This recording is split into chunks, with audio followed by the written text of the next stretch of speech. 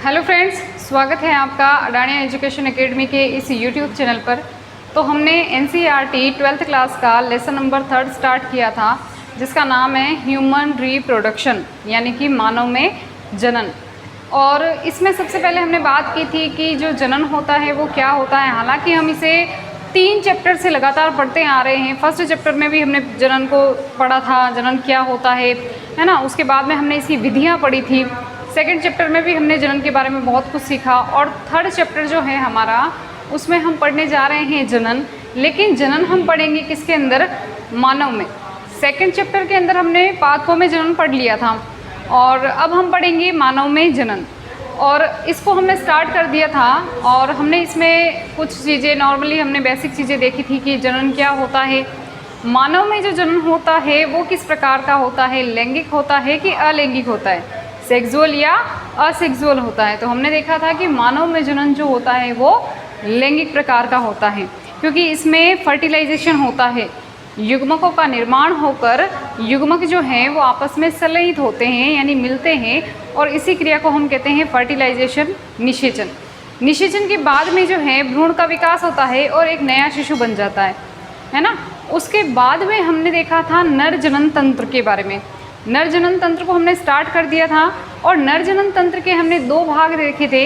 एक था प्राथमिक जनन अंग या मुख्य जनन अंग, और दूसरा जो था वो सहायक जननांग। ठीक है, प्राथमिक जननांग और या फिर हम उसे मुख्य जननांग के रूप में हमने वृषण के बारे में चर्चा की थी, यानी कि टेस्टिस के बारे में चर्चा की थी। अच्छा, वृषण जो है इसका प्राथमिक या मुख्य जननांग होता है। वृषण जो है वो क्या होता है? प्राथमिक या मुख्य जननांग होता है। किसका? नर जननांग का या नर जनन तंत्र का।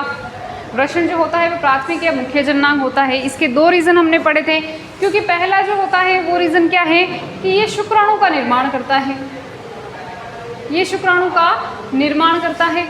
और दूसरा जो इसका कारण था, जो कि हमने ये कहा था कि क्यों इसे नर जननांग का प्राथमिक जो नर जनन तंत्र का है, नर जनन तंत्र जो है उसका प्राथमिक जननांग क्यों कहते हैं।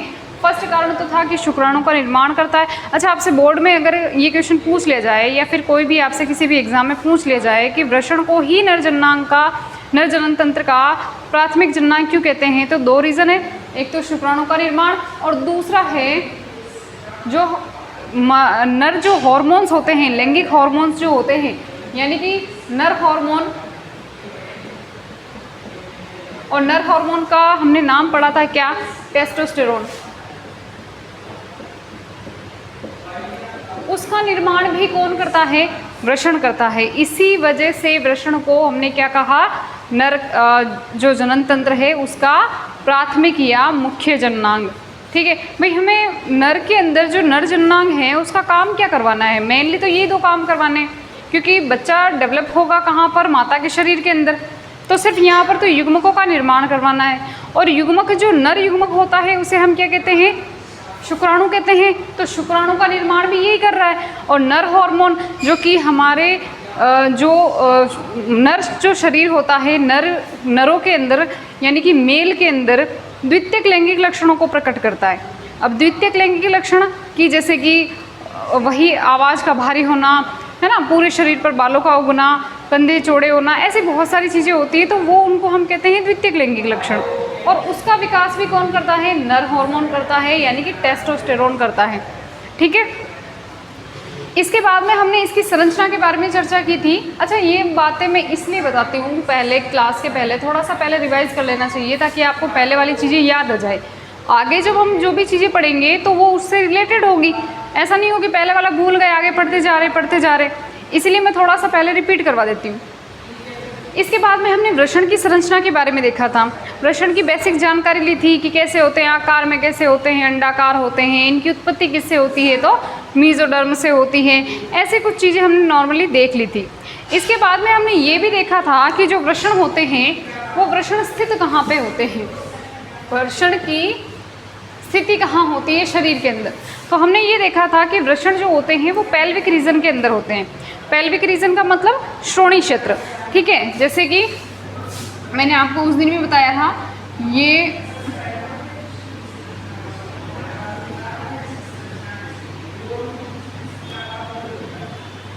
कोई आदमी है, ठीक है। इसका ये वाला जो पार्ट है, अंदर वाला जो पार्ट है, जिसके अंदर आपके डाइजेस्टिव सिस्टम पड़ा है, पाचन तंत्र पड़ा है, श्वसन तंत्र पड़ा है, यहाँ तक कि उत्सर्जन तंत्र का भी कुछ पार्ट पड़ा है, ठीक है।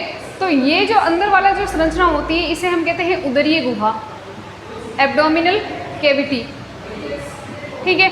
इसके नीचे वाला जो क्षेत्र है, यहाँ से नीचे वाला क्षेत्र, इसे हम कहते हैं श्रोणि क्षेत्र, यानी कि पेल्विक रीजन। और जो वृषण होते हैं वो कहाँ होते हैं, यहाँ पर पेल्विक रीजन के अंदर पड़े होते हैं। संख्या कितनी होती है, जैसा कि आप देख रहे हो, एक जोड़ी होती है, यानी कि 2 वृषण होते हैं। तो यहाँ पर पेल्विक रीजन के बाहर पड़े होते हैं। और इसका कारण पूछ लिया जाता है कि वृषण जो होते हैं वो शरीर के बाहर क्यों होते हैं, क्योंकि शरीर का टेम्परेचर होता है कितना, 37 डिग्री सेल्सियस, और इतने टेम्परेचर के ऊपर शुक्राणु का निर्माण होना पॉसिबल नहीं है। शुक्राणु के निर्माण के लिए टेम्परेचर कम चाहिए, लगभग 2 से 2.5 डिग्री सेल्सियस जो है वो इससे कम होना चाहिए, ठीक है। तो फिर इसके लिए यहाँ पर वृषणों को क्या कर दिया जाता है, शरीर से बाहर रख दिया जाता है। और आपको पता है कि वृषण के अंदर जो वृषण हैं, वो वृषण डेवलप तो कहाँ होते हैं, शरीर के अंदर ही होते हैं, उदरीय गुहा में ही इनका विकास होता है। लेकिन 7वें महीने में जब बच्चा पेट के अंदर होता है, माता के शरीर के अंदर होता है, गर्भाशय में होता है, तो 7वें महीने में ये वृषण जो होते हैं वो उदरीय गुहा से कहाँ आ जाते हैं, शरीर के बाहर, जो कि इसका एक थैलेनुमा संरचना होती है, इसके जो कवरिंग होती है, इस कवरिंग को अपन क्या कहते हैं, स्क्रोटम सेक कहते हैं। उन स्क्रोटम सेक के अंदर आ जाते हैं। और हमने ये भी पढ़ा था कि एक गुहा होती है, इनग्विनल कैनाल जिसे बोलते हैं, वक्षण नाल जिसे बोलते हैं, उस गुहा के द्वारा ये बाहर की ओर आ जाते हैं, यहाँ पर, है ना। और यहीं पर ये एक संरचना द्वारा वृषण खोल है या स्क्रोटम सेक जो है, इसमें एक संरचना द्वारा गुबरडेकुलम संरचना द्वारा जुड़े होते हैं, ताकि ये वृषण जो है वापस उदरीय गुहा में ना जा सके। ये चीज़ें हमने पढ़ ली थी। अच्छा, वृषण की संरचना अब वापस हम थोड़ी सी रिपीट कर देते हैं, फिर आगे इस क्लास के अंदर हम पूरा नर जनन तंत्र को कंप्लीट कर देंगे, ठीक है। पूरे नर जनन तंत्र यानी वृषण की संरचना भी देख लेंगे। इसके साथ साथ एक्सेसरी डक्ट जो होती है वो कौन सी होती है, इसकी जो सहायक ग्रंथियाँ होती है वो कौन सी होती है, पूरा का पूरा हम इसमें कवर कर लेंगे।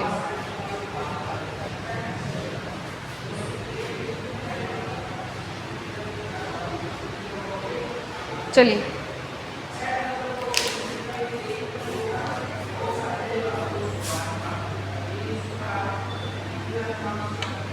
ये उदरीय गुहा होंगी। उदरीय गुहा में यहाँ पर क्या होता है, स्क्रोटम सेक होता है ना, स्क्रोटम सेक जिसे बोलते हैं, ठीक है। वृषण खोल जिसे बोल सकते हैं, जिसके अंदर क्या पड़े होते हैं, वृषण पड़े होते हैं। यहाँ पर होते हैं वृषण, ये होते हैं वृषण। और यहीं पर आपको पता है एक ओपनिंग होती है जिसे इनग्विनल कैनाल कहते हैं। यहाँ तक हमने बात की थी। इसके आगे हमने पढ़ा था कि जो वृषण होते हैं, वृषण के अंदर कुछ छोटे छोटे लोब्यूल्स होते हैं। सो ये तो वही कलर हो गया। यहाँ पर वृषण के अंदर कुछ छोटे छोटे जो है वो लोब्यूल्स होते हैं, ऐसे वृषण के अंदर कुछ छोटे छोटे लोब्यूल्स होते हैं। और इनकी संख्या जो होती है वो कितनी होती है, 250 होती है, पूछ ली जाती है।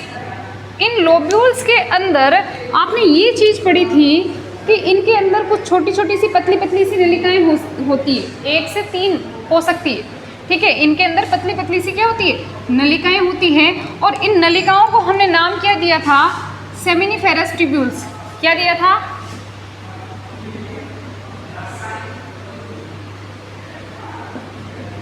ट्यूब्यूल्स, यानी कि शुक्रजन नलिकाएं या शुक्राणुजन नलिकाएं, ठीक है। और सेमिनिफेरस ट्यूब्यूल्स का काम क्या था, ये क्या काम करती है, शुक्राणु का निर्माण करती है, शुक्राणु का निर्माण करती है। सेमिनिफेरस ट्यूब्यूल्स की भी हमने संरचना देखी थी कि जो सेमिनिफेरस ट्यूब्यूल्स होती है, जिसके 2 आवरण होते हैं, ट्यूनिका प्रोप्रिया और जनन उपकला। उसके अंदर जो है वो सर्टोली सेल्स होती है, सर्टोली सेल्स होती है, और इसके बीच बीच में यहाँ पर कुछ सेल्स पड़ी होती है, यहाँ पर भी कुछ सेल्स पड़ी होती है। ये जो शुक्र, इनको हम कहते हैं शुक्रजनक कोशिकाएं, शुक्राणुजन कोशिकाएं या शुक्रजन कोशिकाएं। और शुक्राणुजन कोशिकाएं यानी कि स्पर्मेटोगोनियल सेल, स्पर्मेटोगोनिया सेल भी कह सकते हो आप। तो ये सब स्पर्मेटोगोनिया सेल तो क्या करती है, शुक्राणु का निर्माण करती है, ये तो शुक्राणु का निर्माण करती है। और ये जो सर्टोली सेल्स होती है जो कि बड़ी बड़ी होती है, ये सर्टोली सेल क्या काम करती है, शुक्राणु को पोषण प्रदान करने का काम करती है, शुक्राणु को पोषण प्रदान करने का काम करती है। इसके अलावा हमने ये देखा था कि जो ये सेमिनिफेरस ट्यूब्यूल्स है, जैसे ये बहुत सारी सेमिनिफेरस ट्यूब्यूल्स हो गई, इनके बीच बीच में यहाँ पर छोटी छोटी सी कोशिकाएं पड़ी होती हैं, यहाँ पर कुछ कोशिकाएं पड़ी होती हैं जिन्हें हम कहते हैं लीडिंग सेल्स। इनको हम क्या कहते हैं, लीडिंग कोशिकाएं। और इनका काम होता है मेन जो हार्मोन्स होते हैं, नर हार्मोन्स जो होते हैं, जिनका नाम क्या है, टेस्टोस्टेरोन। और टेस्टोस्टेरोन का जो निर्माण करती है, टेस्टोस्टेरोन का जो निर्माण करती है वो कौन करती है, लीडिंग सेल्स। यानी कि ये जो नलिकाएं हैं, ठीक है, इन नलिकाओं के अंदर ये जो आपको सेमिनिफेरस ट्यूब्यूल्स दिख रही है, इन नलिकाओं के अंदर दो कोशिकाएं हैं, एक तो स्पर्मेटोगोनिया सेल है और एक कौन सी है, जो पोषण प्रदान करने वाली जो कोशिकाएं हैं जिसे अपन सर्टोली सेल्स कहते हैं, वो इन जो शुक्रजन नलिकाएं हैं इनके अंदर पड़ी हुई है। और अगर हम बात करें जैसे लीडिंग सेल्स की, तो वो इनके बीच बीच में, यहाँ पर बीच बीच में यहाँ पर पड़ी रहती है, यहाँ पर पड़ी रहती है, जो कि नर हार्मोन का निर्माण करती है। यहाँ तक हमने पढ़ लिया था, अब हमें पढ़ना है, इसके आगे कंटिन्यू करना है, पूरा नर जनन तंत्र को आज हम समझेंगे। ठीक है, आप एक कॉपी पेन लेके बैठिएगा, और इसके साथ साथ आपको क्या करना है कि आपकी जो एनसीईआरटी बुक है उसको भी आपको साथ में रखना है, और उसके अंदर आपको जो भी ये संरचनाएं मैं पढ़ा रही हूँ उसकी अंडरलाइन करनी है, उसमें जो भी समझ में नहीं आए फिर आपको क्वेश्चन करना है। ठीक है, अब देखिए, अब यहाँ पर होता क्या है वो समझना। यहाँ पर क्या होगा कि ये जो नलिकाएं हैं ये आगे जाकर खुलेगी, सारी नलिकाएं इकट्ठी होगी, सारी नलिकाएं इन लोब्यूल से बाहर निकलेगी, और इन लोब्यूल से बाहर निकलकर ये यहाँ पर ओपन हो जाएगी, यहाँ पर खुल जाएगी, यहाँ पर इस तरह से यहाँ पर ओपन हो रही है। तो यहाँ पर ये जब सारी की सारी एक साथ जाकर खुल रही है, एक साथ ओपन हो रही है, तो ये एक जाल जैसी संरचना का निर्माण कर रही है। मतलब बहुत सारी नलिकाएं आ रही है, एक ही जगह पर खुल रही है, तो वो एक तरह से बहुत सारा एक बड़ा सा जाल जैसा निर्माण कर रही है। ठीक है, एक सब स्ट्रक्चर बना रही है यहाँ पर। इस संरचना को हम कहते हैं रेटेटेस्टिस। क्या बोलते हैं, रेटेटेस्टिस। और इसे हम अगर बात करें हिंदी में तो इसे हम कह देंगे वृषण जालक। क्या कह देंगे, वृषण जालक। ध्यान से समझना, सबसे पहले क्या हुआ, ये हमारे लोब्यूल्स है, 250 इनकी संख्या होती है। इसके अंदर क्या पड़ी है, सेमिनिफेरस ट्यूब्यूल्स पड़ी है। सेमिनिफेरस ट्यूब्यूल्स जो होती है वो बाहर निकलकर, यानी ये आप देख रहे हैं ये ऐसे बाहर निकलेगी, यहाँ से बाहर निकलेगी लोब्यूल से, ये ऐसे बाहर निकलेगी, और बाहर निकलकर जो है वो एक साथ एक जगह पर बहुत बड़ी जाल जैसी संरचना का निर्माण कर देगी, एक जगह पर खुल जाएगी, और इस संरचना को अपन यहाँ पर क्या कह देंगे, वृषण जालक। निर्माण तो हुआ था सेमिनिफेरस ट्यूब्यूल्स के अंदर, फिर सेमिनिफेरस ट्यूब्यूल से अब यहाँ पर शुक्राणु कहाँ पर आ जाएंगे, कहाँ आ जाएंगे, वृषण जालक के अंदर, रेटेटेस्टिस के अंदर आ जाएंगे। अब आपको इसके साथ साथ ये तो पढ़ना ही है कि इसके बाद की कौन कौन सी संरचना आती है, बट आपको ये भी अब ध्यान रखना है कि शुक्राणु जो होते हैं वो किस रास्ते के होते हुए, किस रास्ते से होते हुए शरीर से बाहर निकलते हैं। बहुत बार नीट के अंदर ये पूछ लिया जाता है, क्रम पूछ लिया जाता है कि शुक्राणु का मार्ग कौन सा होता है, तो ये भी आपको ध्यान रखना है। ठीक है, अब देखिए, अब क्या होगा कि ये रेटेटेस्टिस हो गया। अब रेटेटेस्टिस से यहाँ से पतली पतली नलिकाएं निकलेगी। रेटेटेस्टिस से क्या होगा, यहाँ से पतली पतली नलिकाएं निकलेगी, यहाँ से बहुत सारी पतली पतली नलिकाएं निकलेगी, ये निकल रही है। रेटेटेस्टिस से बहुत सारी पतली पतली नलिकाएं निकल रही है। इन नलिकाओं को हम कहते हैं वासा एफ्रेंशिया। क्या कहते हैं, वासा एफ्रेंशिया। वासा एफ्रेंशिया जो है वो रेटेटेस्टिस से ही निकलने वाली नलिकाएं हैं। ठीक है, तो मैं इसको इधर लिख लेती हूँ।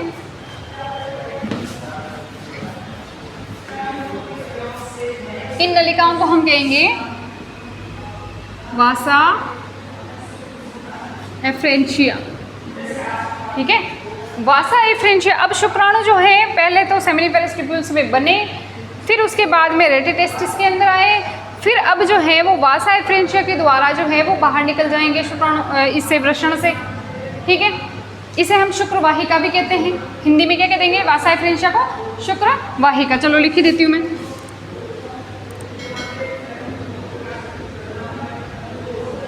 शुक्रवाहिकाएं कह देंगे। अब ध्यान रखना, अब ये जो सारी शुक्रवाहिकाएं हैं वो कहाँ जाकर खुलेगी?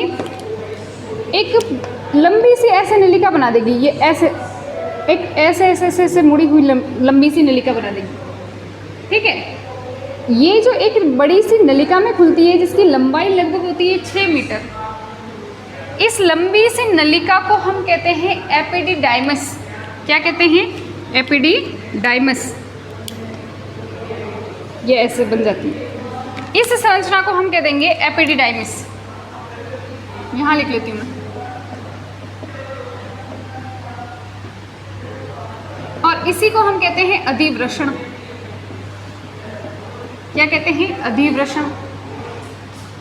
वापस एक बार क्रम ध्यान रखिएगा। सबसे पहले सेमिनिफेरस ट्यूब्यूल्स के अंदर शुक्राणु का निर्माण हुआ, फिर रेटिटेस्टिस के अंदर गया, फिर वासा एफ्रेंशिया। अच्छा, एफ्रेंशिया को याद क्या करना है? वासा एफ्रेंशिया बाहर निकालने का काम कर रही है शुक्राणु को वृषण से। ठीक है, तो E for exit, E for efferentia, तो बाहर निकालने का काम कर रही है। वासा एफ्रेंशिया एक नलिकाकार संरचना में खुल जाती है। एक लंबी सी नलिका होती है जिसे अपन कहते हैं क्या? अधिवृषण, एपिडिडाइमिस। अब ध्यान रखने वाली बात क्या है यहाँ पर कि शुक्राणु का निर्माण तो हुआ सेमिनिफेरस ट्यूब्यूल्स के अंदर, लेकिन जो शुक्राणु जो स्टोरेज होगा ना शुक्राणु, यानी देखो शुक्राणु कंटिन्यू शरीर के अंदर बनते जाते हैं, लेकिन क्या शरीर से कंटिन्यू वो बाहर निकल पाते हैं? कंटिन्यू शरीर से बाहर निकलते हैं? नहीं निकलते हैं। तो फिर उनका स्टोर कहाँ होगा? स्टोरेज कहाँ पे होगा? तो जो अधिवृषण होता है, अधिवृषण का एक काम ये भी होता है कि यहाँ पर जो है स्टोरेज ऑफ स्पर्म्स, यानी कि शुक्राणु का स्टोर कौन करके रखता है? शुक्राणु को इकट्ठा कौन करके रखता है? अधिवृषण करके रखता है। ठीक है, अब यहाँ से क्या होगा? एक नलिका निकलेगी, यहाँ से एक नलिका निकलेगी, और वो नलिका जो होगी वो इस तरह से ऊपर से होती हुई यहाँ पर जाएगी। ये नलिका जो है ये निकली और यहाँ से होती हुई ऊपर की ओर गई। ऐसे ही यहाँ पर भी देखिए, ये क्या हो गया? इसका एपिडिडाइमिस हो गया। ठीक है, और यहाँ से भी निकल कर ये नलिका यहाँ से होती हुई ऊपर जाएगी। इस नलिका को, यानी कि अब ये शुक्राणु को लेकर ये वापस कहाँ जा रही है? उदरीय गुहा की तरफ जा रही है। इस नलिका को हम कहते हैं वास डिफरेंस।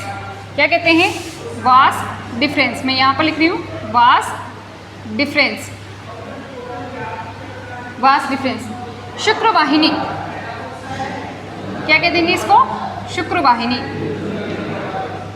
शुक्रवाहिनी। अच्छा, मैं इसका क्रम भी लिखवा दूंगी आपको। एक बार हम ये डायग्राम से समझ लेंगे, फिर इसका क्रम लिख लेंगे कि इसके बाद कौन सी संरचना आती है। सबसे पहले सेमिनिफेरस ट्यूब्यूल्स, फिर रेटिटेस्टिस। मेरे साथ रिपीट करना। रेटिटेस्टिस के बाद में वासा एफ्रेंशिया, वासा एफ्रेंशिया के बाद में एपिडिडाइमस यानी कि अधिवृषण। अधिवृषण के बाद में एक लंबी सी नलिका निकलेगी, एक पतली सी, उसे हम कहेंगे वास डिफरेंस। क्या कहेंगे? Vas deferens. वास डिफरेंस उदरीय गुहा की तरफ जाएगी। अब यहाँ पर एक चीज़ मेन इंपॉर्टेंट याद रखनी है कि अब क्या होता है। देखिए, आपने अगर किडनी वाला चैप्टर पढ़ा हो 11th क्लास के अंदर, आपका ये जो टॉपिक था उत्सर्जन तंत्र का, उसके अंदर अगर आपने पढ़ा हो तो आपने उसकी संरचना देखी होगी। कैसी होती है उसकी संरचना? कि हमारे जो उत्सर्जन तंत्र की संरचना होती है वो 2 किडनियाँ होती है ऐसे। ठीक है, 2 किडनियों से यहाँ से जो है मूत्र नलिकाएं निकलती है या मूत्र वाहिनियाँ निकलती हैं। दोनों मूत्र वाहिनियाँ जाकर एक बेग जैसी संरचना में खुल जाती है, जिसे अपन क्या कहते हैं? मूत्राशय कहते हैं। मूत्राशय के बाद में यहाँ से आता है मूत्रमार्ग, और मूत्रमार्ग के बाद में यहाँ पर एक छिद्र के द्वारा जो है वो मूत्र जो होता है वो बाहर निकल जाता है। ये मैं इसलिए बता रही हूँ क्योंकि इसका रिलेशन जो है वो यहाँ पर भी है। कैसे है? देखो, यहाँ पर जो है यहाँ पर जो है एक संरचना है, इसको थोड़ा सा नीचे बना लेती हूँ।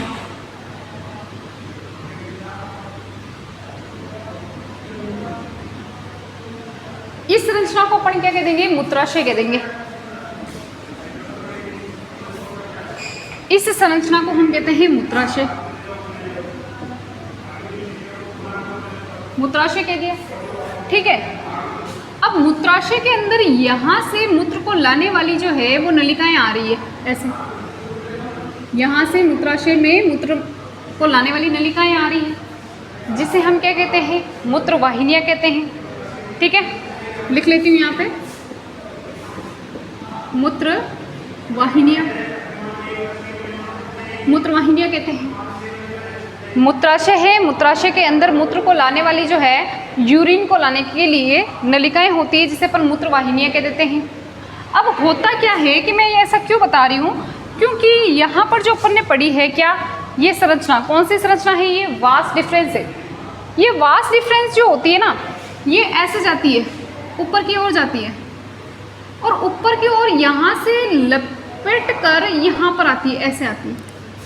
यानी कि जैसे ये मेरा हाथ है, ये मान लीजिए कि मूत्रवाहिनी है, तो यहाँ से पीछे की ओर से कौन आएगी? पीछे की ओर से कौन आएगी? यहाँ से वास डिफरेंस आएगी।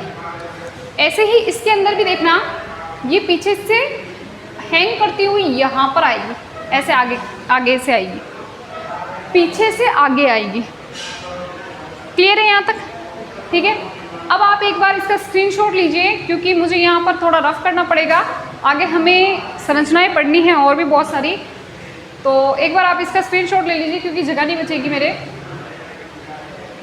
ये आपको यहाँ तक ध्यान रखना है कि ये वास डिफरेंशिया ही है, ये वास डिफरेंस ही है, ठीक है। एक बार स्क्रीनशॉट लीजिए इसका।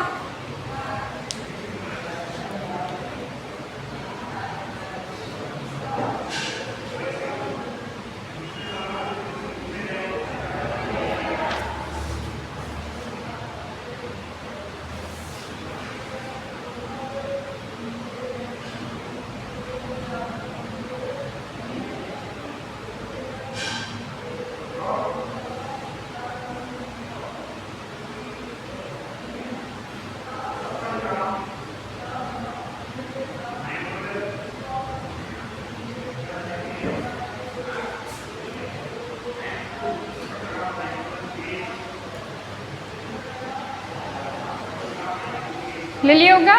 चलिए अब मैं थोड़ा सा यहाँ से रफ कर रही हूँ। अच्छा अब देखिए होता क्या है कि ये जो है यहाँ पर आगे की ओर, यहाँ से इसको मैं यहाँ से थोड़ा सा रफ कर रही हूँ।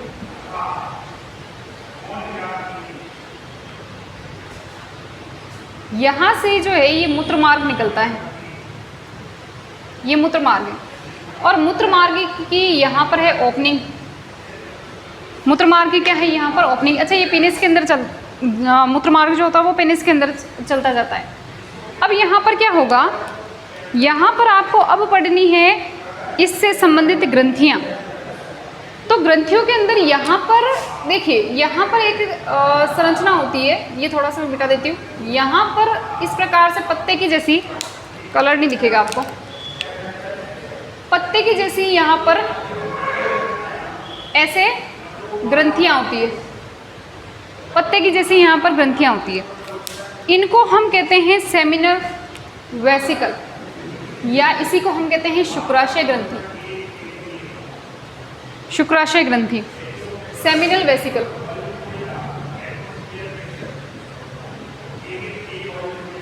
Seminal vesicle. तो शुक्राशय ग्रंथि हो गई। यहाँ पर दो ग्रंथियाँ पड़ी रहती है और दोनों ग्रंथियाँ पत्ते के आकार की होती है, तो इसको हम क्या नाम दे देते हैं? सेमिनल वेसिकल कह देते हैं। ठीक है। अब सेमिनल वेसिकल जो है वो शुक्राशय ग्रंथि जिसे हम कहते हैं, और शुक्राशय ग्रंथि जो होती है, अच्छा एक चीज़ मैं बताता हूँ आपको कि जो वीर्य होता है, वीर्य के अंदर होता क्या है कि 10% तो होते हैं स्पर्म, और बाकी 90% जो होते हैं वो सारा जो भी लिक्विड होता है वो लिक्विड होता है इन ग्रंथियों का। अभी हम 3 ग्रंथियाँ पढ़ेंगे, उन तीनों ग्रंथियों का जो भी द्रव आता है वो आकर मिलता है, तब जाकर वीर्य बनता है। ठीक है। तो यहाँ पर अब क्या होगा कि ये जो सेमिनल वेसिकल है, सेमिनल वेसिकल से यहाँ पर एक नलिका निकलेगी और यहाँ से भी एक नलिका निकलेगी, इसे शुक्रवाहिनी कह देंगे। शुक्रवाहिनी से जो है आगे जाकर अब कौन जुड़ जाएगी, यहाँ से जो वास डिफरेंस आई थी, यानी कि ये जो वास डिफरेंस आ रही है वो और दोनों ही शुक्रवाहिनी की जो नलिका है वो दोनों जुड़ जाएगी। ये इस तरह से यहाँ पर जुड़ गई और ये जो है अब किसके अंदर खुल जाएगी, इस मूत्र मार्ग के अंदर खुल जाएगी, यूरिथ्रा के अंदर खुल जाएगी। इसे हम क्या कहते हैं, यूरिथ्रा कहते हैं ना, ठीक है। मैं लिख लेती हूँ यहाँ पे यूरिथ्रा, मूत्र मार्ग, ठीक है। हुआ क्या है, ये सेमिनल वेसिकल है, शुक्राशय जिसे कहते हैं। शुक्राशय से एक नलिका निकलती है जिसे अपन, छोटी सी नलिका निकलती है जिसे शुक्रवाहिनी कह देते हैं, शुक्रवाहिनी कह देते हैं। अब ये जो शुक्रवाहिनी है और ऊपर से कौन आ रही थी, वास डिफरेंस आ रही थी ना, यहाँ से ये आप बना सकते हो, ये वास डिफरेंस आ रही थी। तो वास डिफरेंस और शुक्रवाहिनी जो है वो दोनों आपस में मिल जाती है और एक नलिका बन जाती है। यहाँ पर एक नई नलिका बन रही है, यहाँ पर ये ध्यान देना, यहाँ पर एक नई नलिका बन रही है, ये नली और ये नली, इसे हम कहते हैं स्खलन नलिका। स्खलन नलिका क्या कह देंगे इसको हम, स्खलन नलिका, यहाँ लिख लेती हूँ, स्खलन नलिका, इजैक्युलेटरी डक्ट, स्खलन नलिका। यानी कि जो शुक्राशय से जो भी पदार्थ आएगा वो यहाँ पर स्खलन नलिका के द्वारा किस में चला जाएगा, मूत्र मार्ग के अंदर।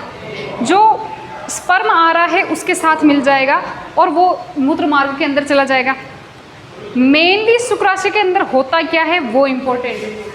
इस शुक्राशय के अंदर होता है फ्रक्टोज, वैसे तो और भी बहुत सारी चीज़ें होती है, शुगर होती है, प्रोस्टाग्लैंडिन्स होते हैं, उनका कोई रोल नहीं है अभी अपने यहाँ पे। अभी आपको याद रखना है क्या, फ्रक्टोज। शुक्राशय के अंदर एक पदार्थ, यानी कि जो शुक्राशय से जो भी लिक्विड आता है उसमें एक पदार्थ होता है जिसे अपन कहते हैं फ्रक्टोज। फ्रक्टोज का बहुत ही इम्पोर्टेंट काम है यहाँ पर। क्या काम है, जो शुक्राणु आएंगे, शुक्राणु को जो एनर्जी देगा या पोषण देगा या भोजन देगा वो कौन देगा, फ्रक्टोज देगा, ठीक है। इसके अलावा इसका जो फ्रक्टोज का उपयोग जो है या फ्रक्टोज की जो जांच है वो रेप केसेस के अंदर भी की जाती है, ठीक है। अगर किसी का रेप हुआ है और उसके शरीर में फ्रक्टोज मिलता है, इसका मतलब है कि उसका जो है वो रेप हुआ है, ठीक है। अगर फ्रक्टोज मिलता है, प्रेजेंट है फ्रक्टोज, तो इसका मतलब है कि उसका रेप हुआ है। हालांकि ऐसा ज़रूरी नहीं है, नहीं भी मिल सकता है। अगर कोई व्यक्ति जो है किसी ऐसी चीज़ का उपयोग कर ले बचाव के लिए, जैसे कंडोम वगैरह है, ऐसा उपयोग कर ले तो ऐसा नहीं भी हो सकता है, ठीक है। बट इसके अंदर जो है मेन आपको ध्यान रखना है, शुक्राशय से जो लिक्विड निकलता है उसके अंदर क्या होता है, फ्रक्टोज होता है, जो क्या करता है, पोषण देने का काम करता है, भोजन देने का काम करता है। किसको, जो शुक्राणु जो आ रहे हैं, आपको पता है ना शुक्राणु कहाँ से आ रहे हैं, ये वास डिफरेंस है और वास डिफरेंस से क्या आ रहे हैं, शुक्राणु आ रहे हैं। और शुक्राणु जो है जब यहाँ पर आ जाते हैं तो यहाँ से जो है पदार्थ निकलता है और दोनों मिक्स होकर इस स्खलन वाहिनी से होते हुए कहाँ पर आ जाते हैं, मूत्र मार्ग के अंदर, यूरिथ्रा के अंदर आ जाते हैं। अब क्या ध्यान रखना है आपको, अब यूरिथ्रा के बाद में आपको एक संरचना, अच्छा इसके बाद में आपको पहली ग्रंथि तो कौन होंगे, शुक्राशय, अपने को पढ़नी है 3 ग्रंथियाँ। यहाँ पर ऊपर की ओर एक और ग्रंथि होती है जो इसके ऊपर इस तरह से लगी होती है, इस तरह से,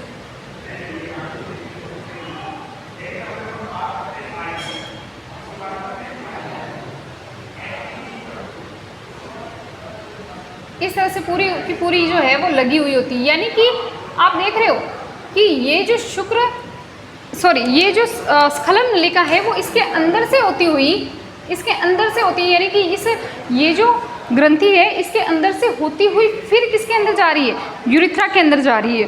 तो इस ग्रंथि को अपन क्या कह देते हैं, प्रोस्टेट ग्रंथि कह देते हैं। अब मेरे पास जगह नहीं बच रही है कि मैं कहाँ पे लिखूँ, आपने ये वाला तो नोट कर ही दिया होगा, मैं इसे रफ कर देती हूँ।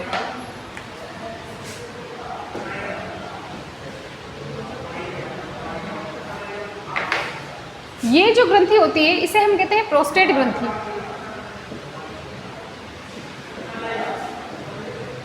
इंग्लिश में भी यही नाम है, प्रोस्टेट ग्रंथि है, प्रोस्टेट ग्लैंड ही है। तो ये जो है ना, ये पूरी इसके ऊपर ऐसे यूं होती है, एक ही होती है संरचना में। देखो सेमिनल वेसिकल तो कितनी है, 2 है, ये कितनी है, एक ही है। और इसी के अंदर से होती हुई क्या निकलती है, स्खलन नलिका निकलती है। ठीक है, प्रोस्टेट ग्रंथि से मेनली आपको ध्यान रखना है क्या, प्रोस्टेट ग्रंथि से कैल्शियम आयन निकलता है, ऐसे ही बहुत सारे पोटेशियम आयन वगैरह भी निकलते हैं, बट आपको मेनली याद रखना है कैल्शियम आयन। अब इसका रोल क्या है, अच्छा एक चीज़ और ध्यान रखना है, शुक्राशय से 60% जो वीर्य का भाग होता है वो बनता है, 10% स्पर्म होता है, बाकी जो 30% बचेगा वो कहाँ से, प्रोस्टेट ग्लैंड एंड एक और ग्रंथि जो हम आगे पढ़ने वाले हैं उससे निकलेगा। ठीक है, कैल्शियम आयन के बहुत सारे काम होते हैं। कैल्शियम आयन जो शुक्राणु का रंग होता है, जो उसकी स्मेल होती है, वो सब किसकी वजह से होता है, प्रोस्टेट ग्रंथि की वजह से। प्रोस्टेट ग्रंथि से जो कैल्शियम आयन निकलता है उसकी वजह से होता है। ठीक है, अब आगे ध्यान रखना कि जब हम आगे जाते हैं तो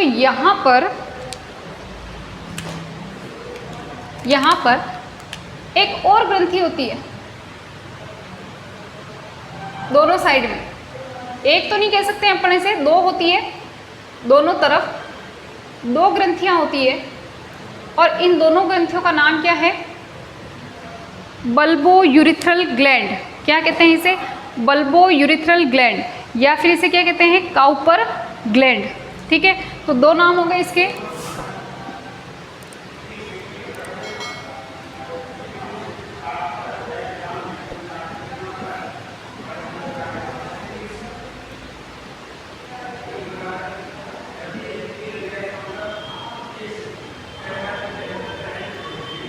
या Cowper's gland, bulbourethral gland या कॉपर ग्लैंड, कॉपर के बल्ब याद रखना है ना। तो यहाँ पर जो है वो 2 ग्रंथियाँ होती है, दोनों ग्रंथियाँ जो होती है वो बल्ब जैसी, ऐसे याद रखना, बल्ब जैसी 2 ग्रंथियाँ दोनों साइड में लगी हुई है, और इनको हम कहते हैं बल्बो यूरिथ्रल या कॉपर ग्लैंड। ये क्या करती है, म्यूकस निकालती है, इसका एक ही काम है, म्यूकस का स्राव करना। ठीक है, ये ग्लैंड हो गई, तीनों की तीनों ही ग्लैंड हो गई। ठीक है, ये आपका पूरा का पूरा कंप्लीट हो जाता है नर, नहीं ऐसा तो मैं नहीं कहूँगी कि पूरा कंप्लीट हो जाता है, क्योंकि अपने को पीनस की स्ट्रक्चर भी पढ़नी है, लास्ट स्ट्रक्चर पढ़नी है, वो छोटी सी स्ट्रक्चर है। बट अब आपको वापस इस डायग्राम के अंदर क्या देखना है, देखिए सबसे पहले सेमिनल वेसिकल के अंदर क्या बने, शुक्राणु बने, फिर वो कहाँ गए, रेटिटेस्टिस के अंदर। रेटिटेस्टिस से बहुत सारी नलिकाएँ निकलती है, जिसे अपन क्या कहते हैं, वासा एफ्रेंशिया। वासा एफ्रेंशिया फिर एक नलिका में खुल जाती है, जिसे अपन क्या कहते हैं, वास डिफरेंस। वास डिफरेंस से वापस वासा एफ्रेंशिया जो है उसके बाद में एक एपिडिडाइमिस नामक नलिका से निकलता है। एपिडिडाइमिस के बाद में आती है वास डिफरेंस। वास डिफरेंस जो होती है वो जो ये नलिकाएं हैं इसके पीछे की ओर से आती है ना, मूत्रवाहिनी जो है उसके पीछे की ओर से ये आती है हैंग करती हुई, और फिर उसके बाद में ये दोनों ओर जो ग्रंथियां होती है जिसे अपन क्या कहते हैं, शुक्राशय। शुक्राशय ग्रंथि से जो पदार्थ निकलेगा उसके साथ में ये नलिका जुड़ जाएगी, उसकी नलिका के साथ में नलिका जुड़ जाएगी, जिसे अपन कहेंगे इजेक्युलेटरी डक्ट या स्खलन वाहिनी। फिर उसके बाद में ये स्खलन वाहिनी कहाँ खुल जाएगी, मूत्रमार्ग के अंदर। मूत्रमार्ग के ऊपर ही एक ग्रंथि पड़ी रहती है जिसे अपन कहते हैं प्रोस्टेट ग्रंथि। प्रोस्टेट ग्रंथि जो है उसके नीचे की ओर दोनों साइड में 2 ग्रंथियाँ होती है, उसे अपन क्या कहते हैं, बल्बो यूरिथ्रल या फिर कॉपर ग्लैंड।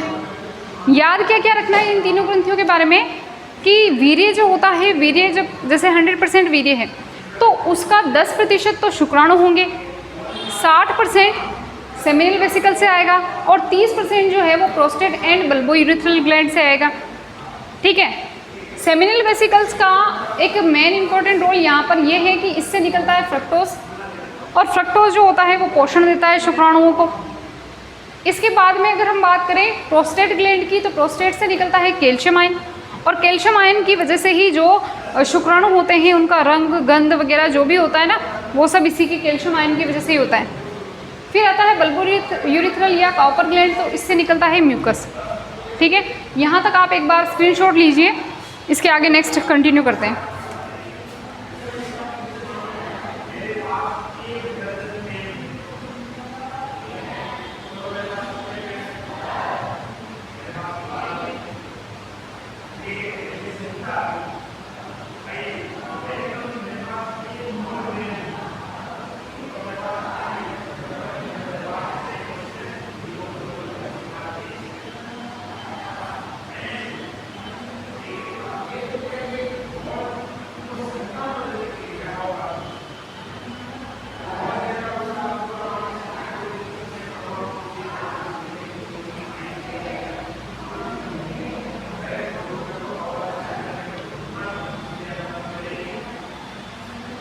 क्लियर है यहाँ तक? कोई प्रॉब्लम, समस्या, दिक्कत हो तो आप उसमें कमेंट कर सकते हैं। यहाँ तक आपने, अच्छा एक स्क्रीनशॉट ले लेना है, पूरा उतारने में तो आपको टाइम लगेगा, तो स्क्रीनशॉट ले लेना है, उसके बाद में आप इसे उतार सकते हो, ठीक है। और इसके साथ साथ आपको मैंने कहा था ना कि अभी आपको साथ में क्या लेके रखना है, जो NCERT है उसकी बुक भी आपको साथ में रखनी है, ताकि उसमें आप सामने जो भी उसमें डायग्राम बना रखे हैं वो इसमें सारी जो स्ट्रक्चर अभी अपन ने पढ़ी है वो आप उसमें देख सको, क्योंकि वही डायग्राम आपको बोर्ड एग्जाम्स में बनाना पड़ सकता है। ये तो रफली डायग्राम था हमारा।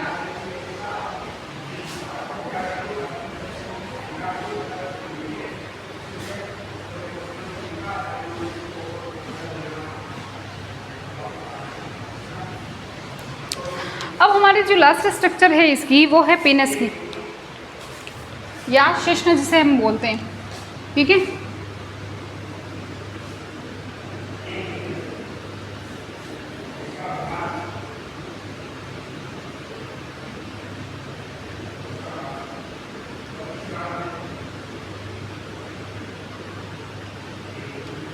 ये है पेनस की स्ट्रक्चर, ठीक है।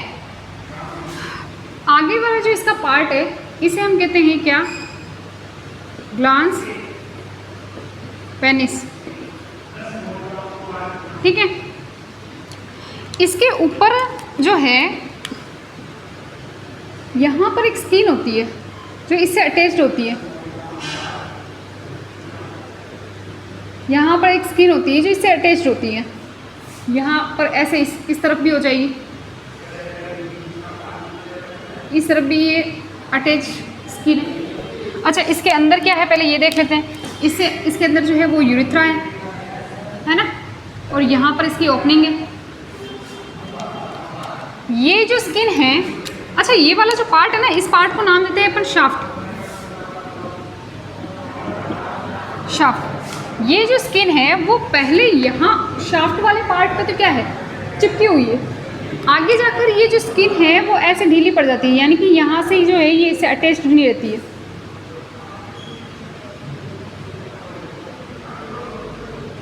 यहाँ से अटैच नहीं होती है, यानी कि इस स्किन को अगर पीछे खिसकाया जाए तो ये पीछे भी खिसक सकती है, ठीक है। ये पेनिस की संरचना हो गई। अब अगर हम बात करें, इसको हम यहाँ से कट करें, यहाँ से हम मान लो इसको कट कर देते हैं, और कट करने के बाद में आपको अंदर क्या क्या संरचनाएं दिखाई देगी। तो अगर आप इसको कट करो तो आपको कुछ ऐसा दिखाई देगा।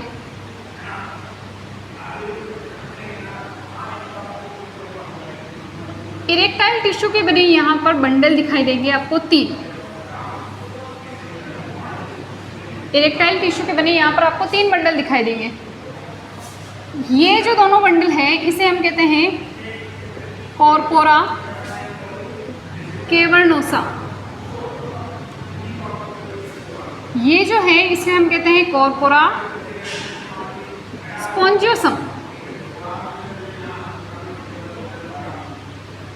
ठीक है। जो यूरिथ्रा होती है इसे हम कहते हैं यूरिथ्रा। ये यूरिथ्रा जो होती है ना वो इस कॉर्पोरा स्पॉन्जियोसम से होकर ही निकलती है। कहाँ से निकलती है? कॉर्पोरा स्पॉन्जियोसम से। इरेक्टाइल टिश्यू का काम क्या है कि जो संभोग की क्रिया होती है तब इसके अंदर जो है वो ब्लड भर जाता है, रक्त भर जाता है, जिसकी वजह से जो है इसका जो साइज हो जाता है वो बड़ा हो जाता है, ठीक है। ये स्ट्रक्चर किसकी हो गई? पेनिस की संरचना हो गई। बस इतना सा इसमें ध्यान रखना है और कुछ ध्यान रखना नहीं। स्क्रीनशॉट ले लीजिए एक बार।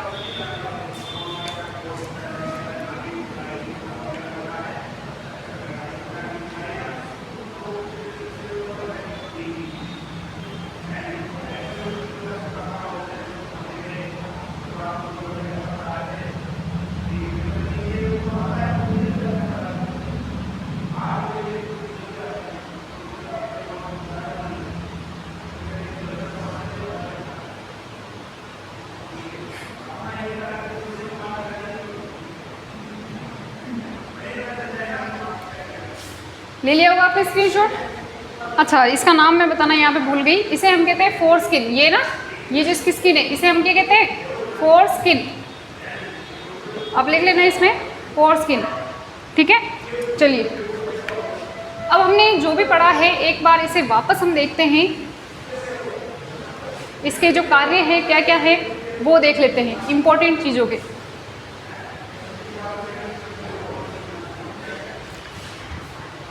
अब एक तो आपको यहाँ पर ये ध्यान रखना है कि जो स्पर्म बन रहा है वो किस रास्ते से होकर कहाँ जा रहा है। तो स्पर्म सबसे पहले कहाँ पर बनता है, सेमिनिफेरस ट्यूब्यूल्स के अंदर।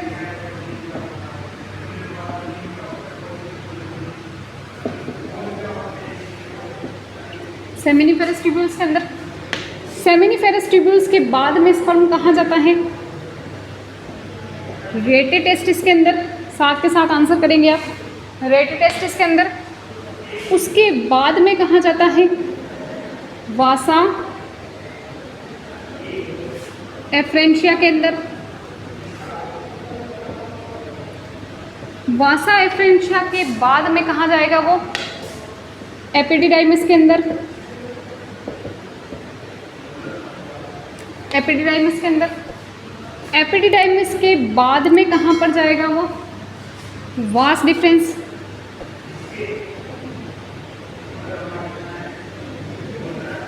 ठीक है, वास डिफरेंस के बाद में आपको पता है कि वो जो है वो यूरिथ्रा के थ्रू जो है बाहर निकल जाएगा। और यूरिथ्रा के अंदर जो है 3 ग्लैंड का जो सिक्रेशन होता है वो आकर मिलता है। कौन कौन सी, सबसे पहले सेमिनल वेसिकल्स 2 होती है, फिर उसके बाद में कौन सी आएगी, सेमिनल वेसिकल्स के बाद में कौन सी आ जाएगी, प्रोस्टेट ग्लैंड जो कि 1 होती है, पूरी यूँ यूरिथ्रा के चारों ओर होती है। और फिर उसके बाद में कौन सी आ जाएगी, बल्बो यूरिथ्रल ग्लैंड आ जाएगी। ठीक है, अब आपको इसमें से ध्यान क्या रखना है कि मेन जो स्पर्म का निर्माण हुआ वो तो सेमिनिफेरस ट्यूब्यूल्स के अंदर हुआ। फॉर्मेशन तो कहाँ हुआ, सेमिनिफेरस ट्यूब्यूल्स के अंदर हुआ। लेकिन जो ये रेटिटेस्टिस, वास efferentia, epididymis, vas deferens and urethra को अपन काउंट नहीं करें, लेकिन अगर ये भी, अगर इनको भी हम देखें, इनको हिंदी में मैंने पहले नाम लिखवा दिए हैं, तो इनको हम कहते हैं सहायक नलिकाएं। क्या कहते हैं, सहायक नलिकाएं, या एक्सेसरी डक्ट बोलते हैं, एक्सेसरी डक्ट बोलते हैं, सहायक नलिकाएं बोलते हैं। और ये तो आपको पता है कि वृषण के अंदर होगा, तो इसे तो हम नहीं कहेंगे। और इसका तो काम ही क्या है, फॉर्मेशन ऑफ स्पर्म।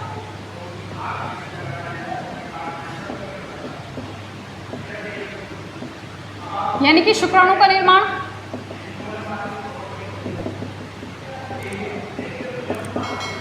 ठीक है, और 3 जो अपन ने ग्लैंड पढ़ी है, कौन कौन सी, सहायक ग्रंथियां जिसे अपन बोलते हैं। तो सहायक ग्रंथियां कौन कौन सी हो जाएगी, यहाँ पर 3 ग्लैंड पड़ी है, एक्सेसरी ग्लैंड बोलते हैं जिसे अपन। तो सहायक ग्रंथियां कौन कौन सी हो जाएगी, पहली जो थी वो कौन सी थी, शुक्राशय यानी कि सेमिनल वेसिकल। दूसरी कौन सी थी, प्रोस्टेट। और तीसरी वाली कौन सी थी, काउपर ग्लैंड। काउपर या उसी को अपन कहते हैं बल्बो यूरिथ्रल ग्लैंड। काउपर या बल्बो यूरिथ्रल, ऐसे याद रखना है, कॉपर के बल्ब। ठीक है, तो ये 3 ग्लैंड हो गई। तो सहायक ग्रंथियां तो 3 हो गई, और सहायक नलिकाएं हम किसे कैसे कहेंगे, rete testis, Vasa efferentia, epididymis and Vasa difference. और आप चाहो तो इसको भी, यूरिथ्रा को भी हम कह सकते हैं, क्योंकि वहां से होकर भी ये बाहर निकल रहा है। ठीक है, एक बार इसका स्क्रीनशॉट लीजिए।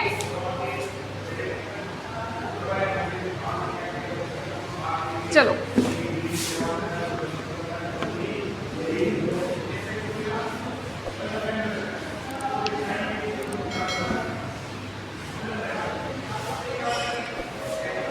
अब देखिए कुछ चीज़ें और ध्यान रखिए। जो सेमिनिफेरस ट्यूब्यूल्स हैं,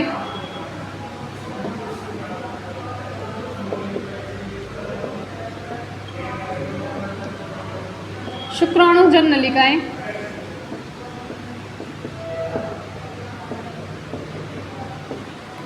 इनका काम क्या है, इनका काम है शुक्राणु का निर्माण, फॉर्मेशन ऑफ स्पर्म, शुक्राणु का निर्माण। ठीक है, उसके बाद में हमने पढ़ा अधिवृषण। एपिडिडाइमिस, इसी को अपन कहते हैं अधिवृषण।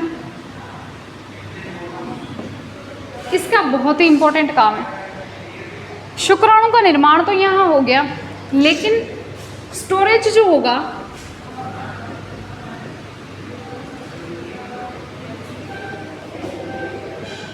वो कहाँ होगा? अधिवृषण के अंदर। यानी यहाँ पर बन गया, लेकिन अब स्टोरेज कहाँ होगा? अधिवृषण के अंदर होगा। ठीक है, ये जो परिपक्व शुक्राणु जो परिपक्व होते हैं, ठीक है, वो भी कहाँ होते हैं? अधिवृषण के अंदर। तो शुक्राणु का परिपक्वन कहाँ होता है?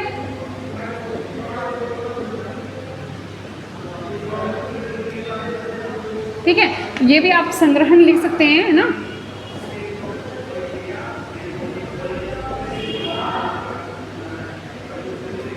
स्टोरेज भी कहाँ होते हैं? यहाँ पर एपिडिडाइमिस में शुक्राणु का परिपक्वन भी कहाँ होता है? परिपक्व भी कहाँ होते हैं? अधिवृषण के अंदर, यानी कि एपिडिडाइमिस में। इसके अलावा जो शुक्राणु को जो गति मिलती है ना, शुक्राणु को गति, वो भी कहाँ मिलती है? एपिडिडाइमिस के अंदर ही मिलती है। शुक्राणु की पूंछ होती है और शुक्राणु की पूंछ के द्वारा वो गति करते हैं, तो वो गति करने का यानी कि मोटिलिटी जो उनको मिलती है ना, वो भी कहाँ मिलती है? एपिडिडाइमिस के अंदर ही मिलती है।